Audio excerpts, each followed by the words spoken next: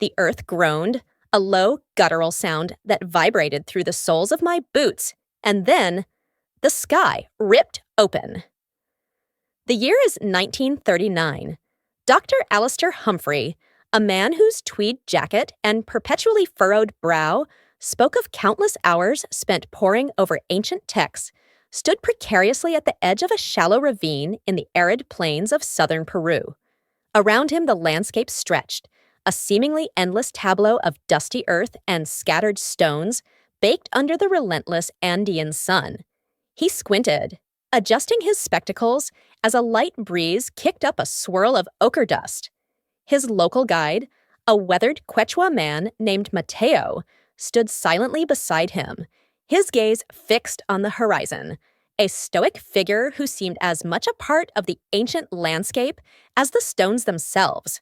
For weeks, they had been traversing this desolate region, following whispers and legends passed down through generations of local villagers, tales of giant markings etched into the very fabric of the earth, visible only from the heavens. These weren't mere footpaths or agricultural terraces. The rumors spoke of colossal figures, intricate geometric patterns, and strange depictions of creatures unlike anything seen in the natural world. Alistair, a firm believer in the power of human ingenuity, had initially dismissed these stories as folklore, the fanciful imaginings of isolated communities. But the persistent details, the sheer scale hinted at in the hushed tones of the villagers, had piqued his academic curiosity. He had traveled thousands of miles, driven by an insatiable need to understand the mysteries of civilizations long past. Little did he know that what he was about to witness would shatter his preconceived notions and plunge him into a world far stranger than he could have ever imagined. The local people, while respectful, often spoke of the lines with a mixture of awe and fear, hinting at their connection to the ancient ones and warnings against disturbing their slumbering messages. It wasn't until a week later, from the rattling cockpit of a chartered survey plane, that Alistair truly understood the magnitude of what lay beneath him. The pilot, a brash American named Jack, had agreed to the flight for a handsome sum, clearly thinking the British academic was chasing phantoms. But as they ascended, the random grooves and shallow ditches on the desert floor began to coalesce. They knit themselves together into forms of impossible scale and precision. There, etched into the pampa, was a hummingbird, its beak a perfectly straight line hundreds of feet long. A monkey with a swirling, stylized tail. A spider, so anatomically correct it could be identified as a rare species found only in a remote, inaccessible part of the Amazon jungle. Alistair's breath caught in his throat. These were not a primitive doodles.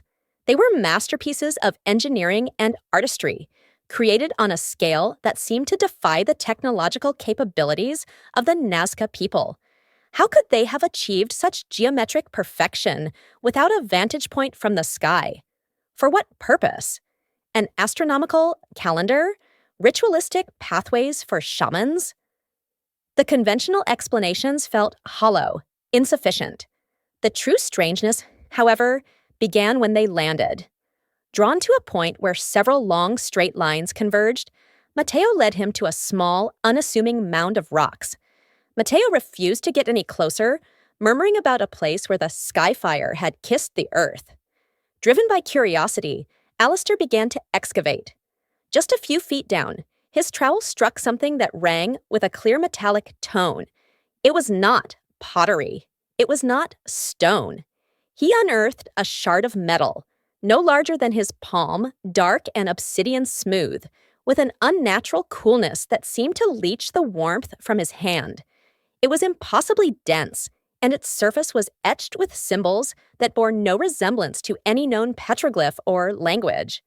As he cleaned the dust from its surface, a low, almost subsonic hum began to emanate from it, a vibration he felt more in his bones than heard with his ears. Alistair dismissed Mateo's superstitions as he pulled a compass from his field kit. As a man of science, he needed data, measurements, tangible evidence. He held the compass over the metallic shard.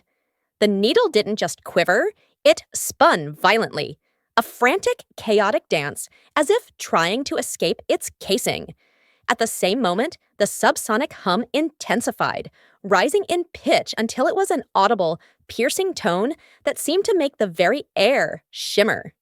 The ground beneath his feet began to tremble, not with the shudder of an earthquake, but with a deep, resonant vibration, as if a colossal engine had been awakened from a million-year slumber deep within the Earth's crust. It was then that the lines began to glow.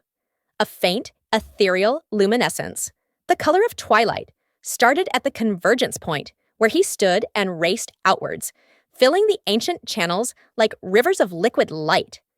From the air, it would have been a sight to drive a man mad. The hummingbird, the spider, the monkey, and dozens of other gargantuan figures blazing to life across the darkling plain, a celestial circuit board coming online. Alistair stumbled back, dropping the shard. It didn't clatter against the stones. It hovered for a moment, an inch above the ground, before rotating to orient itself with a specific point in the sky. The symbols etched into its surface now burned with a white-hot intensity. The earth groaned, a low, guttural sound that vibrated through the soles of his boots, and then the sky ripped open. It wasn't a tear in clouds, but a rupture in reality itself. Directly above them, the fabric of the night sky seemed to fold back, revealing a swirling, silent vortex of impossible colors. From the shard, a solid beam of light shot upwards into this vortex, not as a signal, but as a connection. And within that cosmic window, images began to form. He saw star charts for galaxies he could not name, constellations that had never been seen from Earth. He saw complex, rotating geometric forms that were both beautiful and nauseating, designs for technologies so advanced they looked like magic. And then he saw them. Figures swam in the void, tall, impossibly slender beings with limbs that bent at unnatural angles. They were not solid, but seemed woven from light and shadow, their faces devoid of features, yet conveying an overwhelming sense of ancient, unfeeling intelligence. Mateo fell to his knees, shielding his eyes and chanting a frantic prayer in Quechua. But Alistair could not look away. His scientific mind, his entire understanding of the universe, was being systematically dismantled and crushed. He was an ant, staring at the blueprint for a cathedral. As he stood there, paralyzed by a mixture of sublime terror and awe, the shard on the ground flared. The white light erupted outwards, a blinding, silent explosion that engulfed him completely. When Mateo dared to open his eyes, the world was silent. The terrible hum was gone. The blinding light had vanished.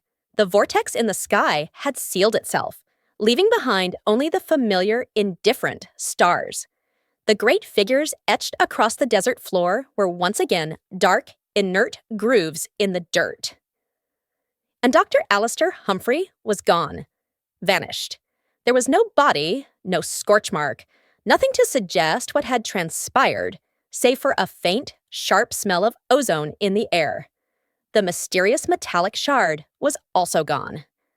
All that remained on the dusty ground was a compass with a shattered glass face and a leather-bound journal, its pages fluttering in the night breeze. Months later, a search party would officially declare the British academic lost to the unforgiving wilderness. They found his journal, its final entry, a frantic, barely legible scrawl. It spoke of a humming artifact and symbols that were not a language, but a sequence. The last words, written with a shaky, hurried hand, were, "It's not a map, it's a receiver. And I think someone is calling." Today, we look down on the Nazca Lines from satellites, mapping them with a precision Alistair could only dream of. Yet we are no closer to understanding their true purpose. Were they simply a plea for water from a desperate civilization? An elaborate celestial calendar? Or are they something more? We are left with the chilling account of a single witness and the final, unfinished entry of a man who touched a key he wasn't meant to find. What did Alistair Humphrey see in that final, blinding flash of light? Was he simply annihilated by a power beyond his comprehension? Or was he, perhaps, the answer to the call? We search the stars for messages, for any sign that we are not alone. But maybe we've been looking in the wrong direction. Maybe the most profound messages were never sent to us, but were left for us, etched into the very skin of our planet, waiting for the right person to pick up the phone.